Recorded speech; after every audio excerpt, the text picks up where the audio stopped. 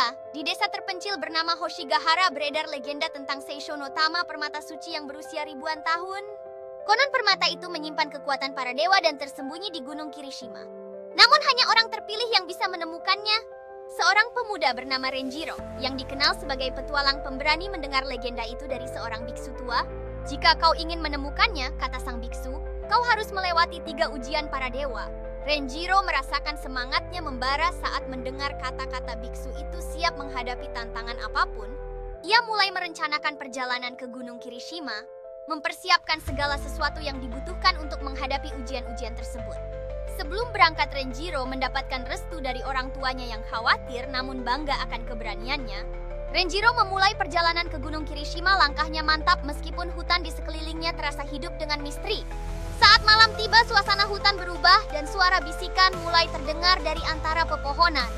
Kodama, roh penjaga hutan, muncul perlahan dari balik pepohonan. Matanya bercahaya kuning menatap Renjiro dengan penuh kewaspadaan.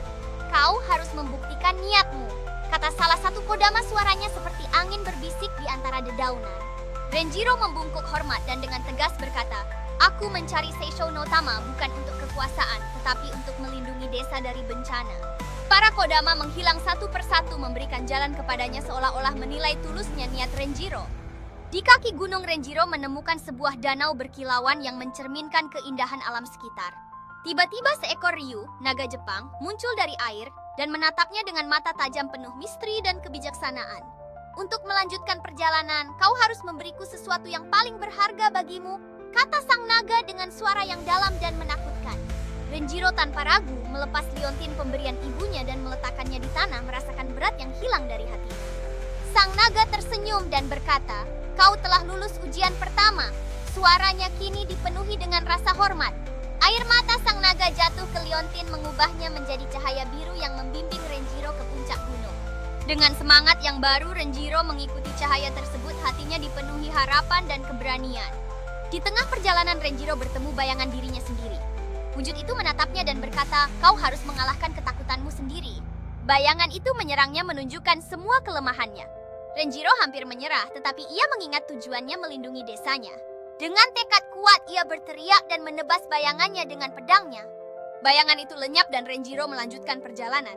Setiap langkah yang diambilnya semakin menguatkan tekadnya untuk menghadapi tantangan yang lebih besar.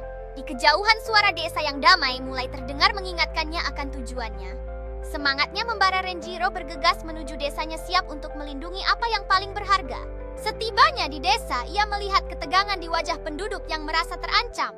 Renjiro tiba di puncak gunung di mana sebuah kuil tua berdiri megah, angin dingin menghembus lembut di sekelilingnya. Di dalam kuil yang sunyi, seorang pendeta berjubah putih menunggu dengan tatapan tenang, seolah mengetahui segala sesuatu tentang perjalanan Renjiro. Ujian terakhir adalah keikhlasan, kata pendeta itu dengan suara yang dalam dan menggetarkan, menatap Renjiro dengan penuh perhatian. Jika kau mengambil permata ini demi dirimu sendiri, gunung ini akan runtuh, ucap pendeta itu menekankan beratnya konsekuensi dari keputusan Renjiro. Renjiro berlutut, menutup matanya dan berkata dengan penuh ketulusan, aku hanya ingin melindungi desaku. Jika itu berarti tidak mengambil permata ini, aku rela pergi tanpa apa-apa. Tiba-tiba kuil bersinar dengan cahaya yang intens, dan permata kuno itu melayang ke arah Renjiro, seolah merespons niat tulusnya. Dengan permata suci di tangannya, Renjiro kembali ke desanya. Begitu ia tiba, langit yang tadinya mendung berubah cerah. Permata itu memberikan berkah bagi desa Hoshigahara, membuat panen melimpah dan hujan turun di musim kemarau. Biksu tua tersenyum.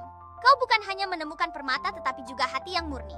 Renjiro menatap langit, menyadari bahwa kekuatan sejati bukan berasal dari harta, tetapi dari keberanian dan keikhlasan. Dengan pemahaman baru ini, Renjiro berjanji untuk menggunakan kekuatannya demi kebaikan, melindungi desanya dan semua yang dicintainya. Setiap hari setelah itu, Renjiro bekerja keras bersama penduduk desa menanam benih harapan dan kebahagiaan. Seiring berjalannya waktu, desa Hoshigahara berkembang pesat menjadi simbol keberanian dan keikhlasan di tengah tantangan.